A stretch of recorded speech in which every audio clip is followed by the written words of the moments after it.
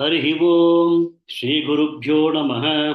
हरि ओम ओम गणानाहं त्वा गणपतिगुं हवामहे कविं कवीनामुपमश्रवस्तवं ज्येष्ठराजं ब्रह्मणां ब्रह्मणस्पदानश्चन्वन्नोदिवसीदसादनम् ॐ श्रीमहागणपतये नमः।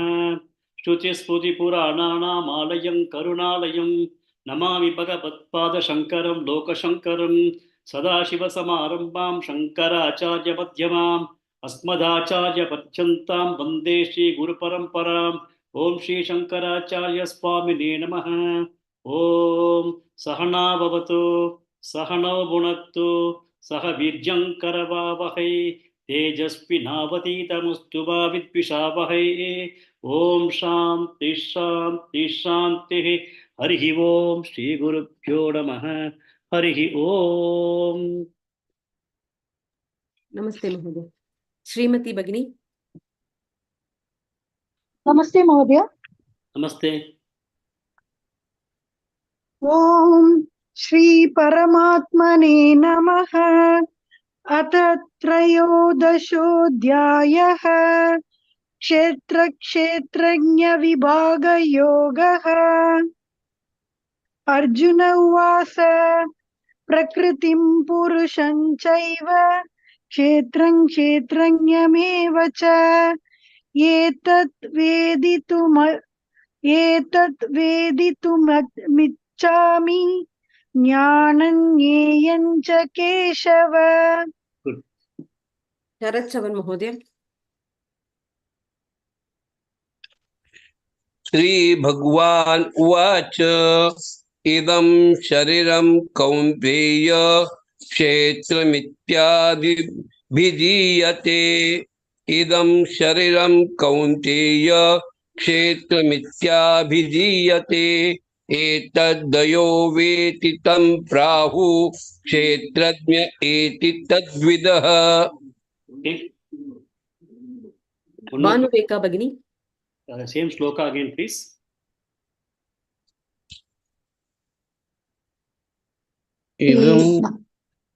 श्री भगवानुवाच इदं शरीरं कौन्तेय क्षेत्रमित्यभिधीयते।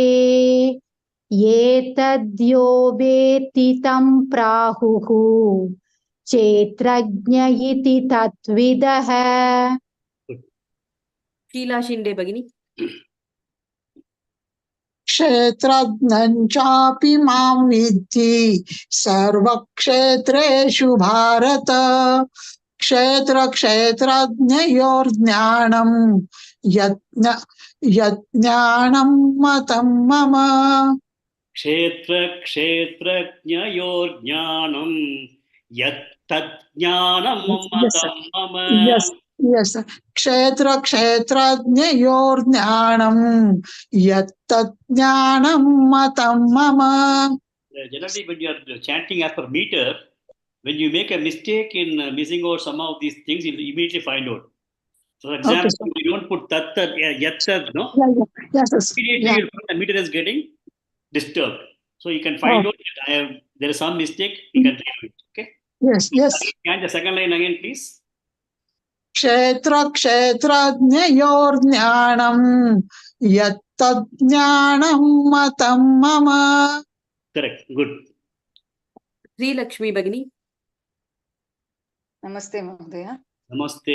क्षेत्रं यच्च यादृक् च यद्विकारि यतश्च यत् स च यो यत्प्रभावश्च तत्समासेन मे शृणु। Good. Next. विजयलक्ष्मी भगिनी। नमस्ते महोदय। Namaste. ऋषिभिर्बहुधा गीतं छन्दोभिर्विविधैः पृथक् ब्रह्मसूत्रपदैश्चैव हेतुमद्भिर्विनिच्यते। Vinishchitaihi.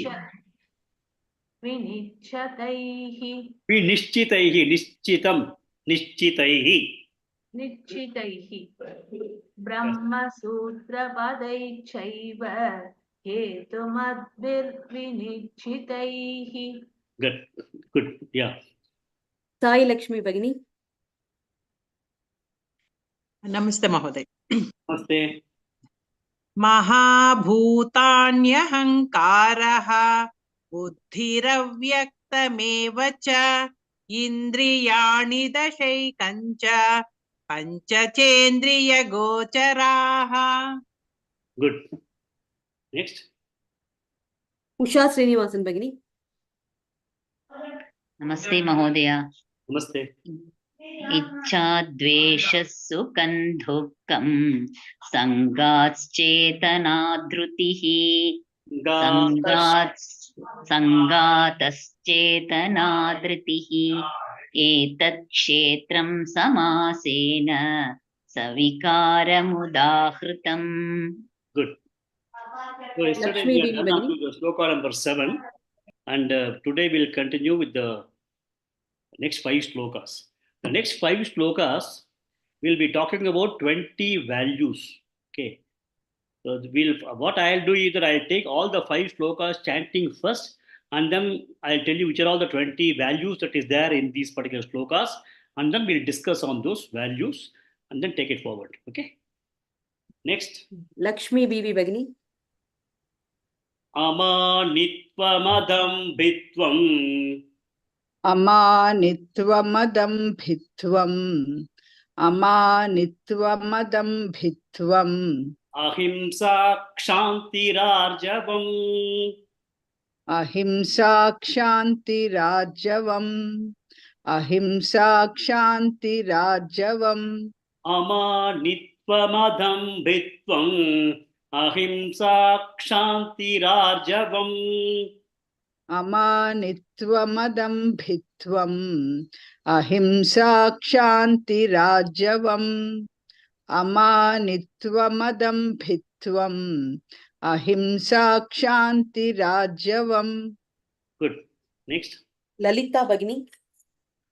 Acharyopasanam shaucham आचार्योपासनं शौचं आचार्योपासनं शौचं स्थैर्यमात्मविनिग्रहः स्थैर्यमात्मविनिग्रहः स्थैर्यमात्मविनिग्रहः आचार्योपासनं शौचं स्थैर्यमात्मविनिग्रहः आचार्योपासनं शौचं स्थैर्यमात्मविनिग्रहः आचार्योपासनं शौचं स्थैर्यमात्मविनिग्रहः. Good. Next. Rajalakshmi Bhagini. अमानित्वमदं भित्वम् अहिंसा क्षान्तिरार्जवम् अमानित्वमदं भित्वम् अहिंसा क्षान्तिरार्जवम् अमानित्वमदं भित्वम् अहिंसा क्षान्तिरार्जवम्. Next. Kashmira Bhagini. आचार्योपासनं शौचं स्थैर्यमात्मविनिग्रहः आचार्योपासनं शौचं स्थैर्यमात्मविनिग्रहः आचार्योपासनं शौचं स्थैर्यमात्मविनिग्रहः. Good. Next. Gurumurthy Mahodaya. अमानित्वमदं भित्वम् अहिंसा क्षान्तिरार्जवम् आचार्योपासनं शौचं स्थैर्यमात्मविनिग्रहः अमानित्वमदं भित्वम् अहिंसा शान्तिरार्जवम् आचार्योपासनं शौचं स्थैर्यमात्मविनिग्रहः. Good. Next. Rajeshwari Shivshankar Bhagini. Namaste Mahodaya. Namaste. Full shloka. अमानित्वमदम्भित्वम् अहिंसा क्षान्तिरार्जवम् आचार्योपासनं शौचं स्थैर्यमात्मविनिग्रहः. Good. Next. Krishna Pavani Bhagini. Namaste Mahodaya. Namaste. अमानित्वमदम्भित्वम् अहिंसा क्षान्तिरार्जवम् आचार्योपासनं शौचम् स्थैर्यमात्मविनिग्रहः. Good. Next. Sheila Shinde Bhagini. Yes. अमानित्वमदम्भित्वम् अहिंसा क्षान्तिरार्जवम्. Sukta, there is mistake some. Amanitvamadambitvam ahimsa kshanti. How to say it? Kshanti Rarjavam. It is divided two words. Kshantihi Arjavam. Okay. Tihi becomes Kshantihi Arjavam becomes Kshanti Rarjavam. Rarjavam. Okay. Amanitvamadambitvam ahimsa kshantirarjavam acharyopasanam shaucham स्थैर्यमात्मविनिग्रहः. Good. Next. Srimati Bhagini. अमानित्वमिदं बिब्बत्. No. Amanitvam Adambitvam. Amanitvam Adambitvam. Amanitvam Adambitvam.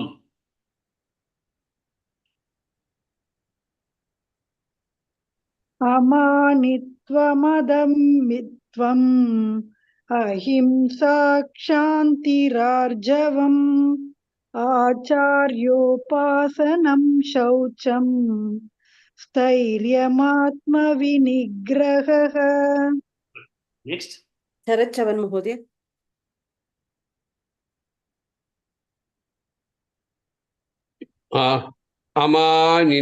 अमानित्वमदम्भित्वम् अहिंसा क्षान्तिरार्जवम् आचार्योपासनं शौचं स्थैर्यमात्मविनिग्रहः.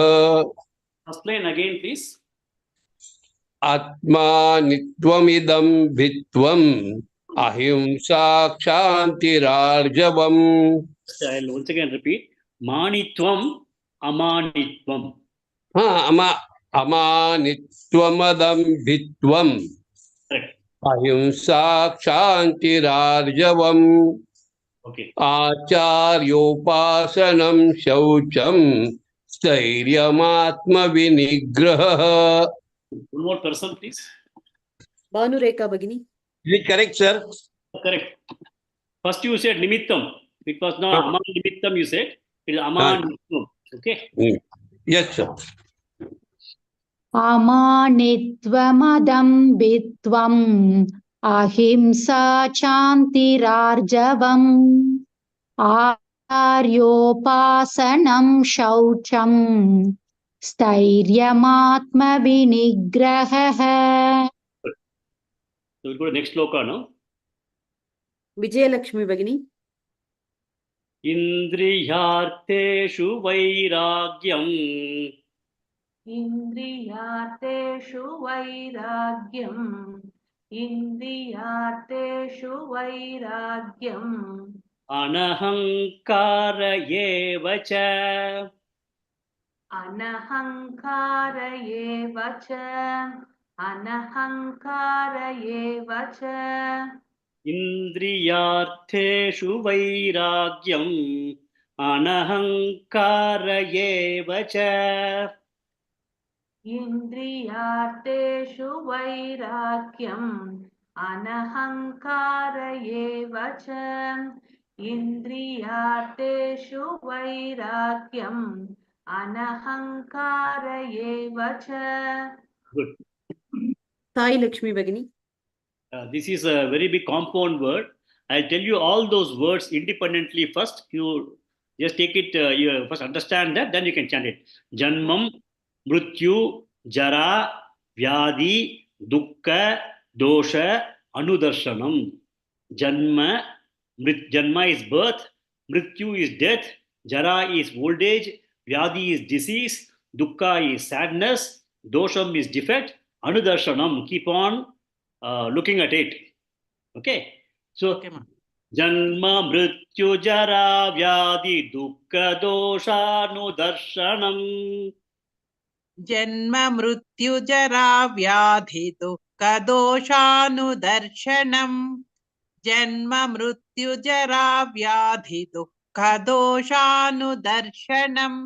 Good. Next. Usha Srinivasan Bhagini.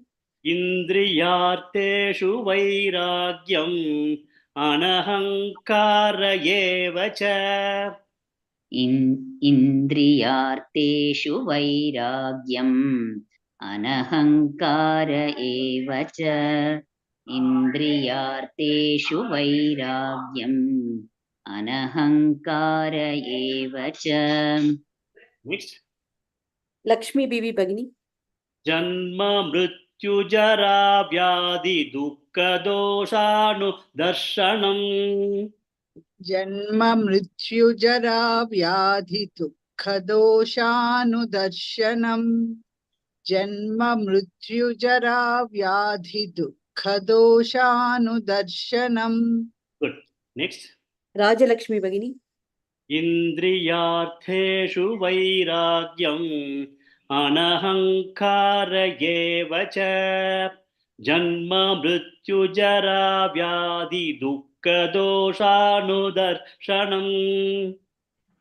इन्द्रियार्थेषु वैराग्यम् अनहङ्कार एव च जन्म मृत्युजरा व्याधि दुःखदोषानुदर्शनम् इन्द्रियार्थेषु वैराग्यम् अनहङ्कार एव च जन्म मृत्युजरा व्याधि दुःखदोषानुदर्शनम्.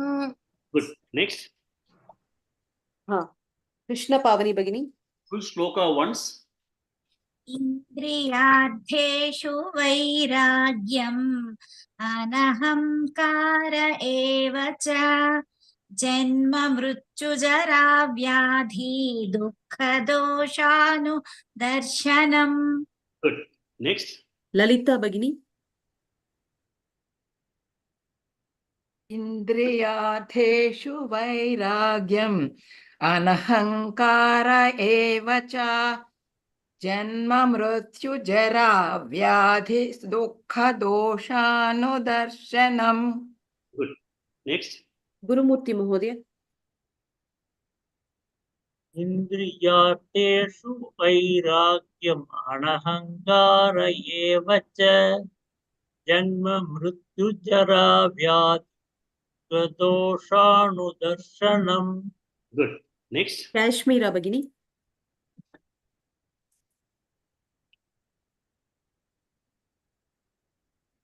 Kashmira Bhagini. Rajeshwari Shivshankar Bhagini. इन्द्रियार्थेषु वैराग्यम् अनहङ्कार एव च जन्म मृत्युजरा व्याधि दुःख दोषानुदर्शनम्. Good. Next. Lakshmi Bibi Bhagini. Indriyartheshu vairagyam anahankara eva cha janma mrityu jara vyadhi dukkha doshanudarshanam. Good. Next. Sri Lakshmi Bhagini. Yes, sir. Full shloka, sir. Yeah.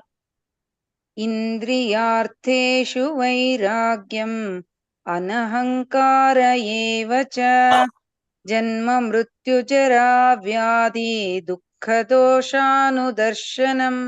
Good. One more person. Sheila Shinde Bhagini. इन्द्रियार्थेषु वैराग्यम् अनहङ्कार एव च जन्म मृत्युजरा व्याधि दुःखदोषानुदर्शनम्. Good. Next. Sai Lakshmi Bhagini.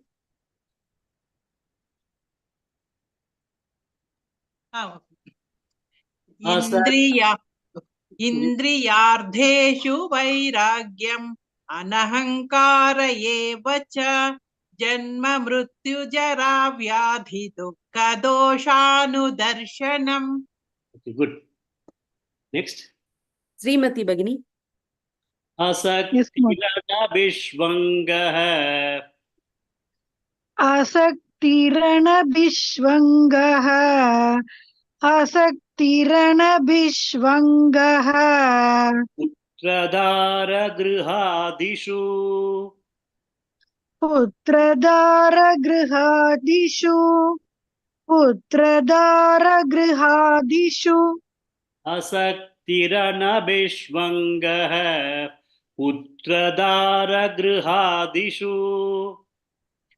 आसक्तिरणभिष्वङ्गः पुत्रदारगृहादिषु आसक्तिरणभिष्वङ्गः पुत्रदारगृहादिषु.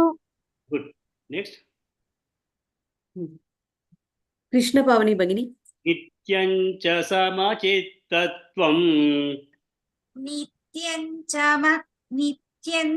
समचित्तत्वम् नित्यं च समचित्तत्वम् इष्टानिष्टोपपत्तिषु इष्टानिष्टोपपत्तिषु नित्यं च समचित्तत्वं इष्टानिष्टोपपत्तिषु नित्यं च समचित्तत्वम् इष्टानिष्टोपपत्तिषु नित्यं च समचित्तत्वम् इष्टानिष्टोपपत्तिषु.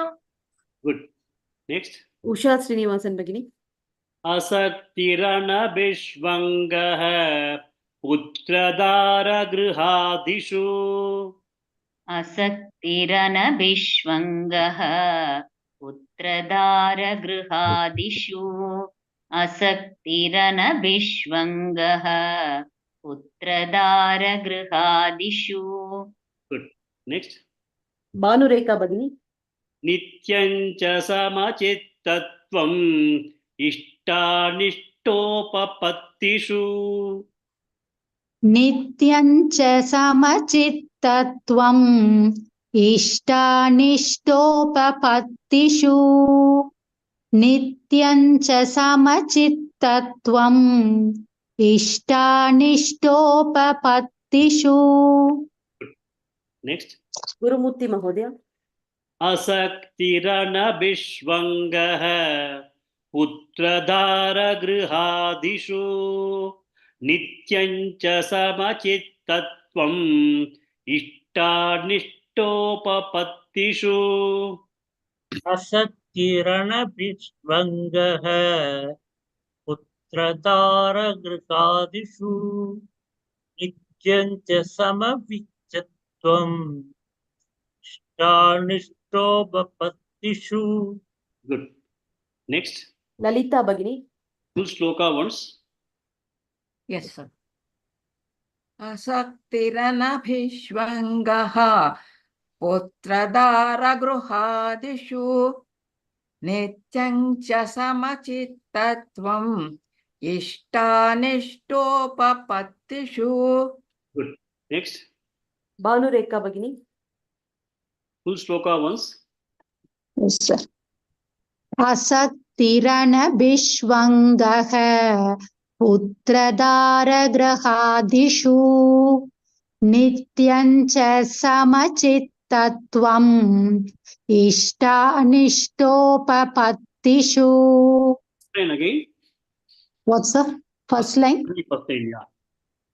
असक्तिरनभिष्वङ्गः पुत्रधारगृहादिषु. Good. First time you told grahadishu. Okay. Okay. Yeah. Good. Next. Kashmira Bhagini.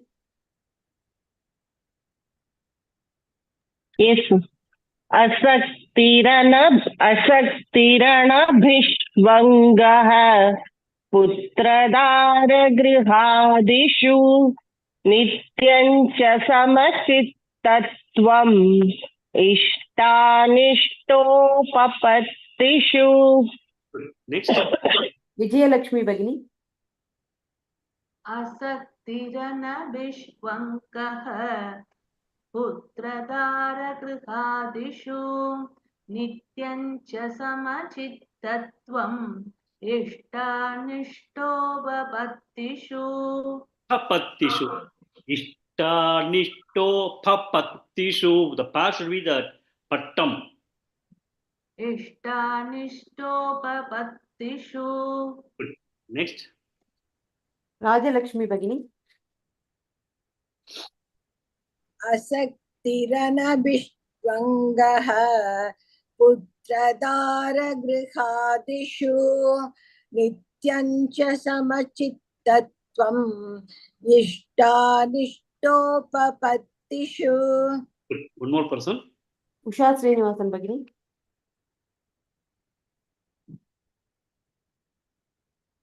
उषा श्रीनिवासन भगिनी. ओके. साई लक्ष्मी भगिनी. असक्तिरनभिष्वङ्गः पुत्रदारगृहादिषु नित्यं च समचित्तत्वम् इष्टानिष्टोपपत्तिषु. Good. So we'll go next sloka now. Lakshmi बीवी भगिनी. मयि चानन्ययोगेन मयि चानन्ययोगेन मयि चानन्ययोगेन भक्तिरव्यभिचारिणी भक्तिरव्यभिचारिणे भक्तिरव्यभिचारिणे मयि चानन्ययोगेन भक्तिरव्यभिचारिणी मयि चानन्ययोगेन भक्तिरव्यभिचारिणे मयि चानन्ययोगेन भक्तिरव्यभिचारिणे. Next. राजेश्वरी शिवशंकर भगिनी. विविक्तदेशसेवित्वं विविक्तदेशसेवित्वं विविक्तदेशसेवित्वं अरतिर्जनसंसदि अरतिर्जनसंसदि अरतिर्जनसंसदि विविक्तदेशसेवित्वं अरतिर्जनसंसदि विविक्तदेशसेवित्वं अरतिर्जनसंसदि विविक्तदेशसेवित्वं अरतिर्जनसंसदि. Good. Next. शरद चवन महोदय. मयि चानन्ययोगेन भक्तिरव्यभिचारिणी शरद चवन महोदय. गुरुमूर्ति महोदय. मयि चानन्ययोगेन भक्तिरव्यभिचारिणी मयि चानन्ययोगेन भक्तिरव्यभिचारिणी. Next. श्रीमती भगिनी. विविक्तदेशसेवित्वं अरतिर्जनसंसदि विविक्तदेशसेवित्वम् अरतिर्जनसंसदि विविक्तदेशसेवित्वम् अरतिर्जनसंसदि. Good. Next. श्रीलक्ष्मी भगिनी. मयि चानन्ययोगेन भक्तिरव्यभिचारिणी विविक्तदेशसेवित्वम् अरतिर्जनसंसदि मयि चानन्ययोगेन भक्तिरव्यभिचारिणी विविक्तदेशसेवित्वम् अरतिर्जन संसदि Good. Next. शीला शिंदे भगिनी Full shloka once. मयि चानन्ययोगेन भक्तिरव्यभिचारिणी विविक्तदेशसेवित्वम् अरतिर्जनसंसदि Good. Next. ललिता भगिनी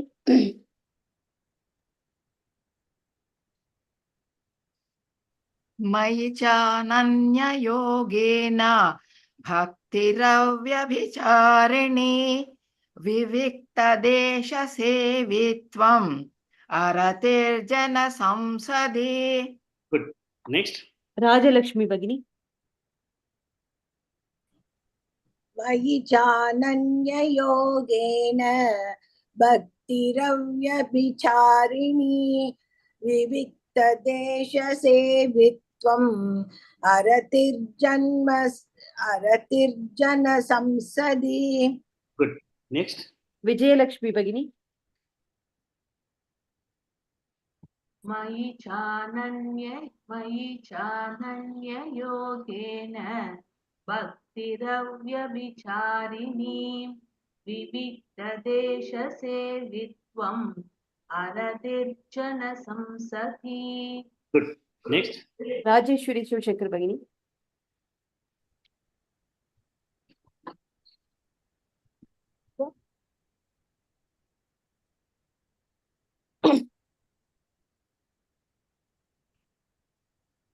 राजेश्वरी शिवशंकर भगिनी मयि चानन्ययोगेन भक्तिरव्यभिचारिणी विविक्तदेशसेवित्वम्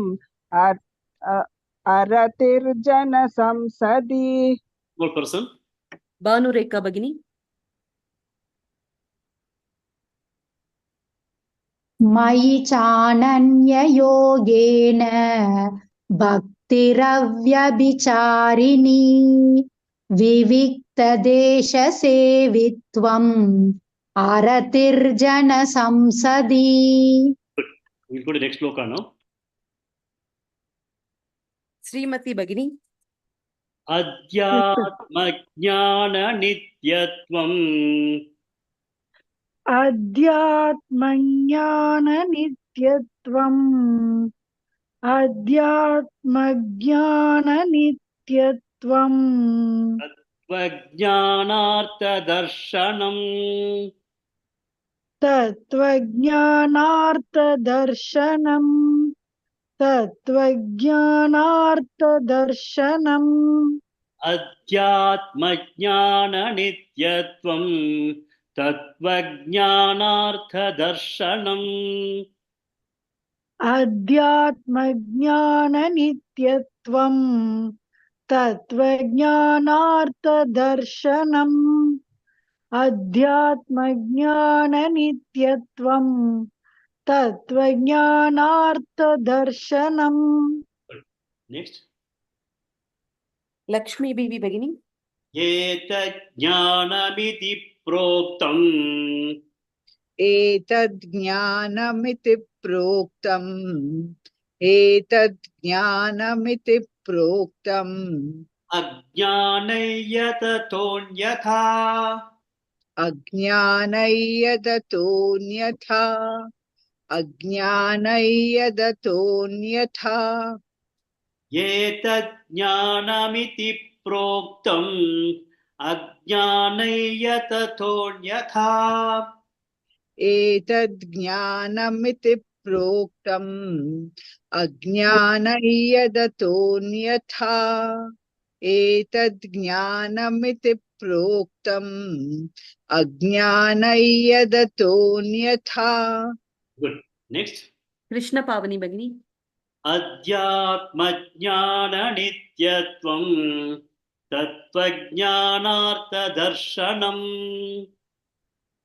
अध्यात्मज्ञाननित्यत्वम् तत्त्वज्ञानार्थदर्शनम् अध्यात्मज्ञाननित्यत्वम् तत्त्वज्ञानार्थदर्शनम् Good.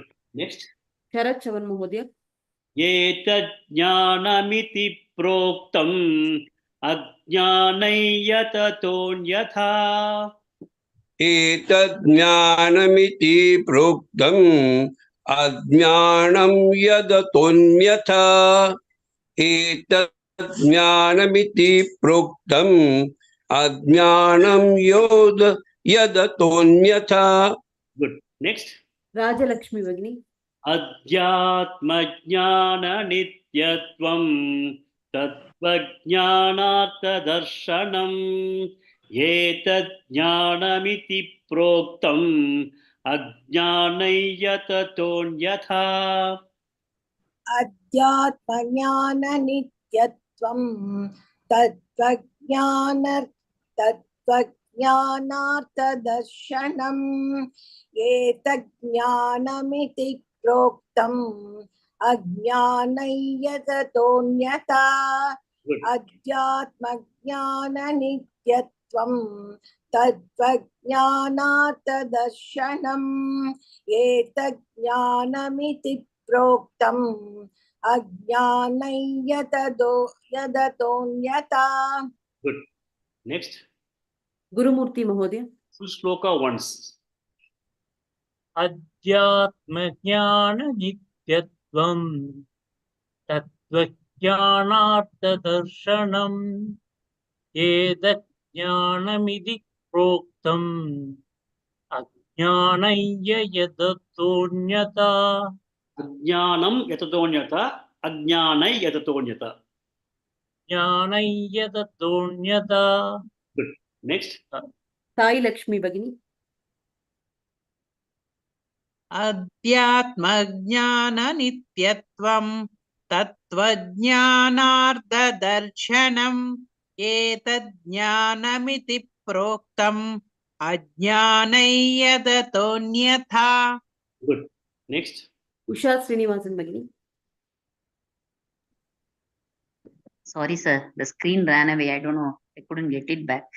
Adhyatmajnana-nityatvam tatvajnanartha-darshanam etadjnanamiti proktam ajnanayyadattonyata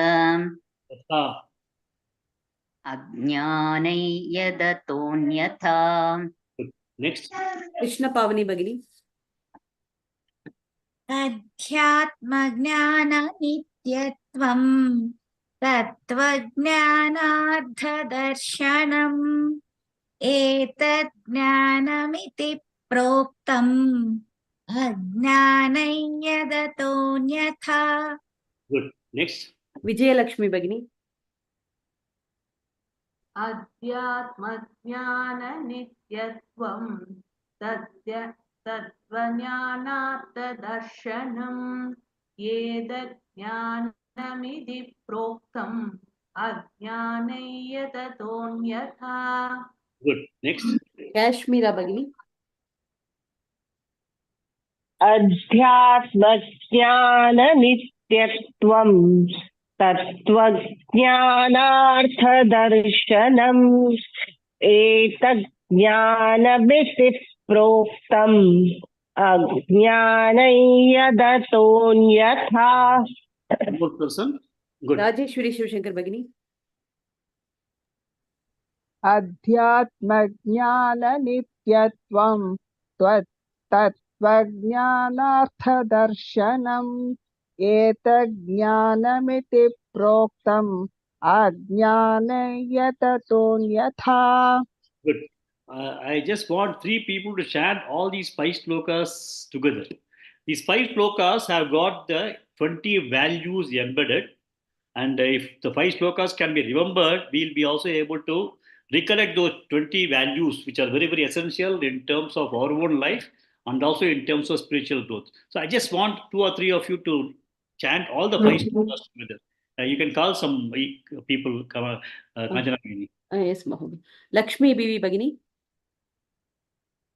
अमानित्वमदम्भित्वम् अहिंसा क्षान्तिराजवम् आचार्योपासनं शौचं स्थैर्यमात्मविनिग्रहः इन्द्रियार्थेषु वैराग्यम् अनहङ्कार एव च जन्म मृत्युजरा व्याधि दुःखदोषानुदर्शनम् असक्तिरनभिष्वङ्गः पुत्रदारगृहादिषु नित्यं च समचित्तत्वम् इष्टानिष्टोपपत्तिषु मयि चानन्ययोगेन भक्तिरव्यभिचारिणी विवक्तदेशसेवित्वम् अरतिर्जनसंसदि अध्यात्मज्ञाननित्यत्वम् तत्त्वज्ञानार्थदर्शनम् एतज्ज्ञानमिति प्रोक्तम् अज्ञानय्यदतोऽन्यथा. Good. Only one mistake. You said Vivakta Desha. It's Vivikta Desha. Okay. Otherwise, very well chanted. Thank you, sir. Rajeshwari Shivashankar Bhagini. अमानित्वमदम्भित्वम् अहिंसा क्षान्तिरार्जवम् आचार्योपासनं शौचं स्थैर्यमात्मविनिग्रहः इन्द्रियार्थेषु वैराग्यम् अनहङ्कार एव च जन्म मृत्युजरा व्याधि दुःखदोषानुदर्शनम् असक्तिरनभिष्वङ्गः पुत्रदारगृहादिषु नित्यं च समचित्तत्वम् इष्टानिष्टोपपत्तिषु मयि चानन्ययोगेन भक्तिरव्यभिचारिणी विविक्तदेशसेवित्वम् अरतिर्जनसंसदि अध्यात्मज्ञाननित्यत्वं तत्त्वज्ञानार्थदर्शनम् एतज्ज्ञानमिति प्रोक्तम् अज्ञानय्यततोऽन्यथा. Very good. One more person, then we'll go to the meaning. Lalita Bhagini.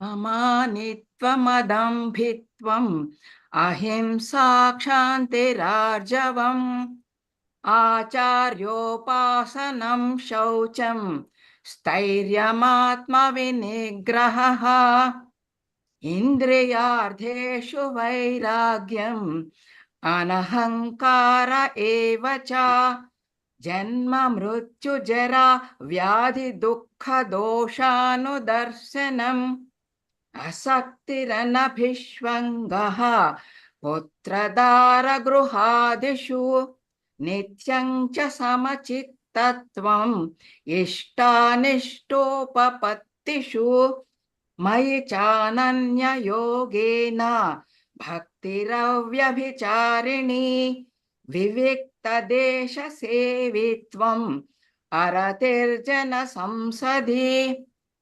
अध्यात्मज्ञाननित्यत्वम् तत्त्वज्ञानार्थदर्शनम् एतज्ज्ञानमिति प्रोक्तम् अज्ञानय्यदतोऽन्यथा. Very good. So what we shall do now is, I just tell you all these 20 values which are a part of these 5 shlokas that we studied. Please underline them, and then we'll be talking in detail about each one of them. Amanitvam is one value. Okay. Next, adambitvam. Number 2, second value is adambitvam. Third is ahimsa. Fourth is kshanti. Fifth is arjavam. Sixth is acharya upasanam. Okay. Seventh is shaucham. Eighth is sthiryam. Ninth is atma vinigraha. Amanitvam, adambitvam, ahimsa, kshanti, arjavam, acharya upasanam, shaucham, sthiryam, atma vinigraha. So we had around 9 values in this shloka. Next shloka, Indriyarteshu vairagyam. Vairagyam is the primary value. With respect to Indriyarteshu, vairagyam is the value. Vairagyam. Anahankara. Then Entire thing is only one. Janma, Mrityu, Jarava, Dukkha, Dosha. Primarily, Dosha Anudarshanam is the primary thing that you need to note down as a value. Dukkha, Dosha, Anudarshanam is a value. So, Vairagyam, Anahankara, Dukkha, Dosha, Anudarshanam. So, this is the three things that you have got here. The next one is Asakti. The subsequent one is Anabhishvangaha with respect to Putra Dara Grihadishu. Putra Grihadishu is with respect to that, you have to have Anabhishvangaha as a value. So Asakti, Anabhishvangaha. The next one is Samachittatvam. Okay, that is the next value in this one. So here you have got Asakti, Anabhishvangaha, Samachittatvam. And then the next one is Avyabhicharini Bhakti. Okay, Avyabhicharini Bhakti is another value. Then for subsequent is Vivikta Desha Sevitvam. Is a Vivikta Desha Sevitvam. So Vivikta Desha is getting in a secluded place. That is the one of the values. Vivikta Desha Sevitvam. Aratihi is the value with respect to Jana Samsadi. So Aratihi is the value. Aratihi. Then Adhyatma Jnana Nityatvam. Tattva Jnana Artha Darshanam. So here there are two things. Adhyatma Jnana Nityatvam, Tattva Jnana Artha Darshanam. So these are two values. So when you look at that way, the first one is Amanitvam. Second is Adambitvam. Third is Ahimsa. Fourth is Shanti. Fifth is Arjavam. Sixth is Acharya Upasanam. Seventh is Shaucham. Eighth is Thairjam. Ninth is Atma Vinigraha. So 9 is done. 9. Then have I missed something? Vairagyam. Vairagyam is 10. Anahankara is 11. Dukkha Dosha Anudarshanam is 12. Asakti 13. Anabhishvangaha 14. Samachittatvam 15. Avyabhicharani Bhakti 16. Vivikta Desha Sevitvam 17. Aratihi 18. Adhyatma Jnana Nityatvam 19. Tattva Jnana Artha Darshanam 20. So Bhagavan has packed in these 5 shlokas 20 values of values, which are very, very beautifully compiled. It is also very easy to remember also. Once you go through it 2-3 times with the meaning in the background, when you're able to understand the meaning, then these 5 shlokas just like that come into your mind. Amanitvam, Madam, Bittam, Ahimsa, Shanti, Arjuna, it will come like that. Okay. Now we'll go to the meaning of each one of the values that Bhagavan has told. So as of yesterday, we were talking about this particular chapter is on Kshetra, Kshetrajna, Vibhaga, Yoga. Kshetra is the field of experience. Kshetrajna is the knower. It is the understanding the known and the knower. That is the primary topic. So anything that you know is not you. We have very clearly understood it in multiple discussions. If you know something, then it is not you, because you know that it is an object for your knowledge. An object for your knowledge is not you. So that is the primary understanding. Anything that is known to you is not you. So in this case, Bhagavan said that in the initial thing, he was talking, Kshetram is supposed to be the object of knowledge. So Bhagavan has very clearly explained lot of things about Kshetram. 24 things he told. Mahabodha, Ahankaro, all those kinds of things he has told. We said that Karmendriyani, Jnanendriyani, Panchabhutani, all those 24 different tattvas, which are all the kinds of the manifested world, physical world, and also those unmanifested world which is there a part of your mind. Your thoughts are manifest in your mind, and you know your mind, you know your intellect. So those things are also classified as objects that is known to you, and all of them have been called as Kshetram. And the person who knows this is a Kshetrajnan. So Kshetram, Kshetrajnan is what he has already given a very, very brief explanation. But Kshetram, he has given a very, very detailed explanation of what all things constitute the manifest world and unmanifest world, which are objectified as far as you, as the self, is concerned. So that is Kshetram. And the knower is the Kshetrajnan. Knower is also Kshetrajnan. or the knowledge to be known is Jnayam, and also Purusham. All these things constitute and answer the same thing as Kshetrajnan, the knower, knower. The knower knows what? The knower has to know and know that what is that he knows, whatever he is knowing is called knowledge. The knowledge is a thing that is known to him through the world of things. But now, when Bhagavan has told that, as far as knowledge is concerned, any knowledge other than Atma Vidya, a knowledge of the self or a Brahman, is all not very superior. The most superior knowledge is understanding one word self. Brahmam, Aham Brahmasmi, Tattvamasi. That knowledge, when somebody has got, that is the most supreme part of knowledge. Yetatyo vetti tat jnanam. So what is the second sloka? I just forgot about it. He says that no. Kshetrajnanchapi mam vitti sarva kshetreshu bharata. Kshetrajnayor jnanam.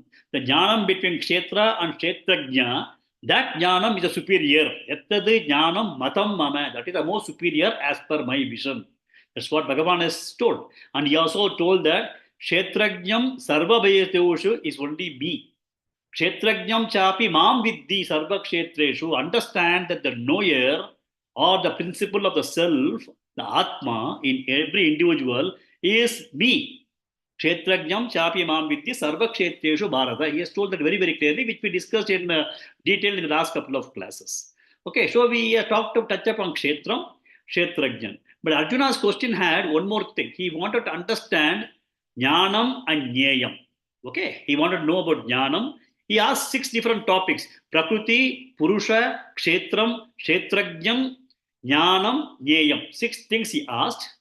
We have to understand that Prakriti and Kshetram are almost same. It is one bucket. Purusham, Kshetrajnam and Jnayam are another bucket. And the last one is Jnanam. Okay. Jnanam is primarily the knowledge, one. The knowledge that I am Brahmasmi is a Jnanam. And that's what, as a part of the spiritual journey, we are all striving to understand Aham Brahmasmi. Atma in me is the same as Paramatma. That's what we are trying to understand. But anything that is going to help you in terms of understanding this jnanam is also called as jnanam in this chapter. For example, you want to have a knowledge of physics. Then understanding that I need to have a physics book of so-and-so author itself is a jnanam. So going and then, because you have to have knowledge, I need to go and buy this book and read. So you have to have that itself is a jnanam. You have to have a knowledge that to gain physics knowledge, I need to have this physics book and I need to do these experiments. So all the means which is going to help you in getting that knowledge is also a part of the knowledge. You have to have the knowledge of what you should pursue to get the knowledge. Otherwise, you will not. If you want to have a master of physics, you cannot be running around with the history book. No? So you have to have knowledge. So anything that is helping you as a mean to get that knowledge is also jnanam. So now, in this chapter, Bhagavan has told 20 different values. And he says they are all jnanam. These 20 different values are called jnanam. As per the question that Arjuna has asked, what is jnanam? Bhagavan is giving these 20 different values. Why does Bhagavan tell these values as jnanam? The reason is that to get jnanam, the jnanam has got to come in your mind. Mind only is the one that is going to help a human being to get this knowledge. The mind has got to be cultivated. Only when a cultivated field is there, a cultivated kshetram is there, when you put a seed, the seed will be able to grow. When you are going to get a kind of guru is going to help you in terms of providing the various subject matter about jnanam from Vedanta to Upanishads, your mind has got to be cultivated appropriately so that the jnanam can come into you and it can grow. So, to cultivate that mind, now if you look at a kshetram, a field for growing rice, they do a lot of practices. They do a plowing, then they put a lot of water, then they bring a tractor, they do a puddling, and then they keep water for 1 foot level. They make the soil absolutely slushy. When you put your leg, it will go down by 3-4 feet, and then they bring a transplanted seed, and then they put it, and then they continue to pour water, have a plenty of water, and then after 90 days, they'll stop giving the water, and then they'll allow the rice to dry up, and then they can harvest. So when you look at that way, everything is only when you have the appropriately prepared kshetram, the seed can grow. Similarly, if the jnanam is required by an individual for spiritual growth, his mind has got to be cultivated appropriately. So for cultivating this mind, there have to be development of sadguna. So Bhagavan has given 20 different sadgunas which we can cultivate. There are a lot of sadgunas he has given. If you look at previous chapters also, I told you a lot of sadgunas have been told. We have to develop those kinds of sadgunas, because only when these gunas are developed, then a sattvic mind is going to be created in the individual. Only when a sattvic mind is there, when the jnanam is given by the teaching is given by a guru, that will be able to grow and fructify, and the fructification is the enlightenment required by the individual. So these 20 values are the values which help an individual in terms of cultivating his mind. So that is the basic understanding that we need to have. So with that, we'll start with these 20 values. Okay. Okay. The first value is amanitvam. Okay. Amanitvam is what? Lack of manitvam. So the person should cultivate lack of manitvam, or should cultivate the quality or value called amanitvam. What is manitvam? Manitvam is a kind of inner feeling. I am wonderful. I am great. I am the superior. I am the master. I am rich. That is the kind of feeling that some people have within themselves. Okay, they feel that they don't have humility, but they think that they are the great.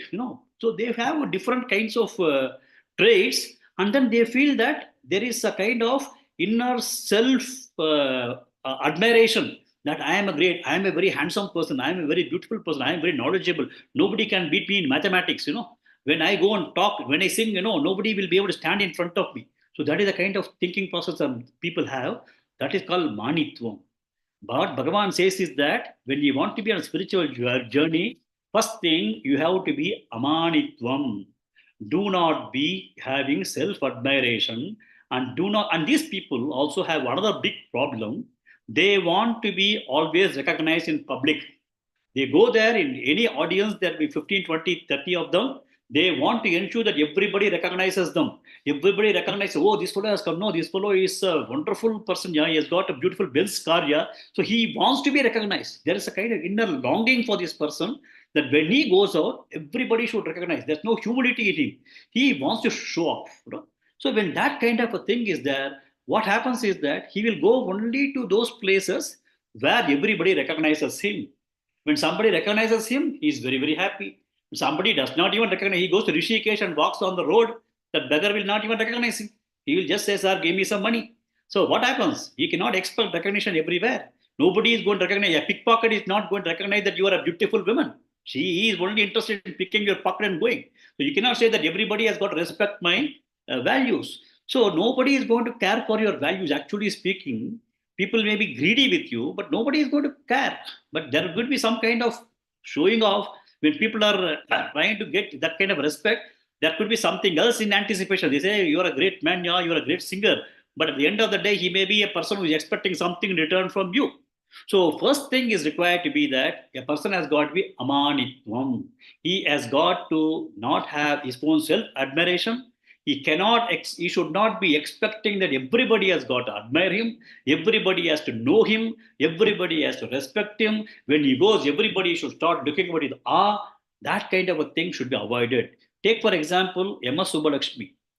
When she comes and then sings, it's fantastic. The entire audience get enthralled.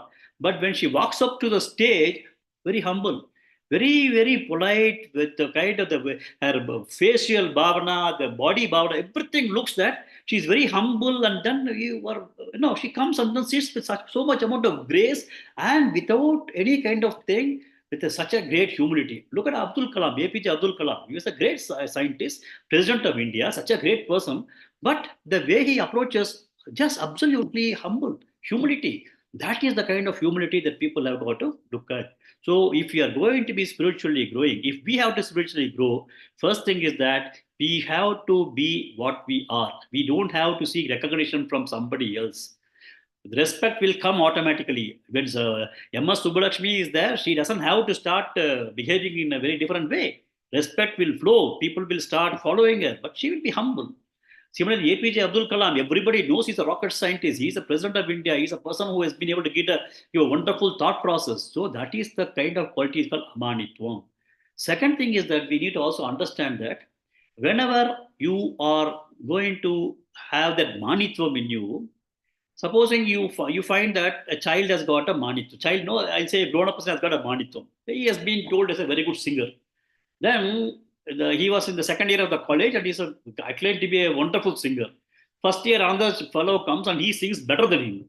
Then somebody in front of him says that this fellow sings extremely well, yeah, fantastic, yeah. Then this fellow is out.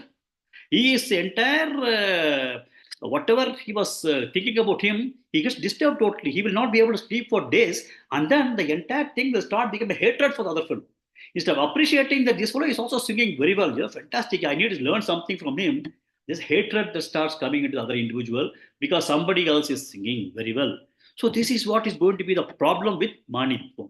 The other important thing we have to understand is that anything we have a glory. Bhagavan has so told in the 10th chapter, whatever is the glory, please understand that it is my own glory. If somebody is singing beautifully, it is my glory. If I remember that this 42nd sloka of 10th chapter, Yat Yat Vibhudi Matsatvam, just I'll read that because we have done that also in detail. He said, it's all mine. The entire glory, when we were talking about Vibhuti Yogam, he told that every glory is mine. Yat Yat Vibhuti Matsatvam, Srimadujita va Tatta Deva Vagachatvam, Mama Tejomsha Sambhavam, Mama Tejaha Sambhavam. So Mama Amsha, he says is Mama Amsha. If you are having somebody is having glory, he says it is Mama Amsha. So Bhagavan says that it is Mama Amsha. So people should never get into this kind of a manitva. So one of the first things that Bhagavan is talking is that amanitvam is very, very important. Amanitvam is an internal thing that a person is seeking forward. The second thing that we have is called adambitvam. Adambitvam is what? The first version is that it is a mentally he is wanting everybody to start thinking. Externally everybody has to start respecting me, etc. Here he wants to outwardly, he wants to physically express himself. Okay, it's a kind of what we can say is that it is a hypocrisy. Okay, they want to show off. There are many people who will be coming to some different kinds of functions and show off. They will come with so much amount of, supposing an occasion, anybody can go with the way they need to go with the appropriate dress, but somebody may come in such a way that everybody starts looking at them. They may be wearing 10 fingers rings and 25, so lots of gold, and then they're dashing, it becomes so kind of over flatulence, over expression of things that everybody starts looking at them and they try to show off. They try to show off in the way they talk, the way they behave, the way they choose their own people to whom they'll talk. And any topic you say, they'll say, yeah, I know that, this, that. They keep on tom-tomming about this. So that's called dambitvam. Dambitvam is something where the person keeps tom-tomming and physically also showing off that they are different. They don't want to be telling that I am a part of you. They want to distinguish themselves that I am different. You are all like this. I am different. I come in a different car.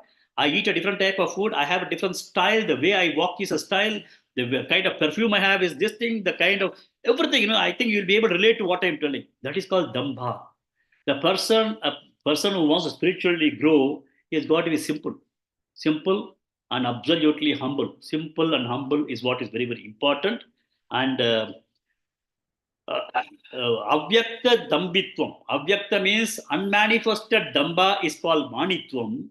And vyakta manitvam is dambitvam. The manifested manitvam is damba. Okay, understood? You have to understand. The manifested manitvam is dambitvam. Avyakta dambitvam is manitvam. So this is, both of them are pretty closely related. So the first value is amanitvam, humility, and adambitvam can be also taken as simplicity, non-hypocritical. Don't be hypocrite. And there are many people you will find that they will try to show off more than what they actually are. Hypocrites, especially in a kind of a gathering, they are such a big hypocrites. They try to show off, and he says the first value is amanitvam, adambitvam. So we have got 18 more values to go through, which we'll take it up from tomorrow. But these 20 values are the things that you will be able to relate with our own life. As a part of the way we are leading samsara, we'll be able to understand these 20 various kinds of values, and our own respect for people who are going to be humble. No, we respect them. A person who is going to be simple, we respect them. We know that a person is a great guy, accomplishment, but he does not want to show off. He comes in a very simple manner and go. So these kinds of things are very, very important in terms of cultivating the mind, so that the mind will not get disturbed. The mind is absolutely getting more and more fertile in terms of capability to move to the spiritual growth. Okay, we will continue with this in the next class. Amanitvamadam vitvam ahimsa kshantirajabam acharyopasanam shaucham staijamatma vinigraha indriyarteshu vairagyam anahankara yevacha janma mrityu jara vyadi dukkha doshanu darshanam asaktirana vishvangah Uttradhara grihadisho nityancha samachittatvam ishtanishtopapatisho mayicha nanya yogena bhaktiravja vicharini vivikta desha sevitvam arathirjana samsade adhyatma jnana nityatvam tatvajnanata darshanam etajnanamiti proktam ajnanaya tatonyata Om Purnamada Purnamidam Purnat Purnamudachyate Purnasya Purnamadaya Purnameva Vashishyate Om Shanti Shanti Shanti Harihi Om Shri Gurubhyo Namaha Harihi Om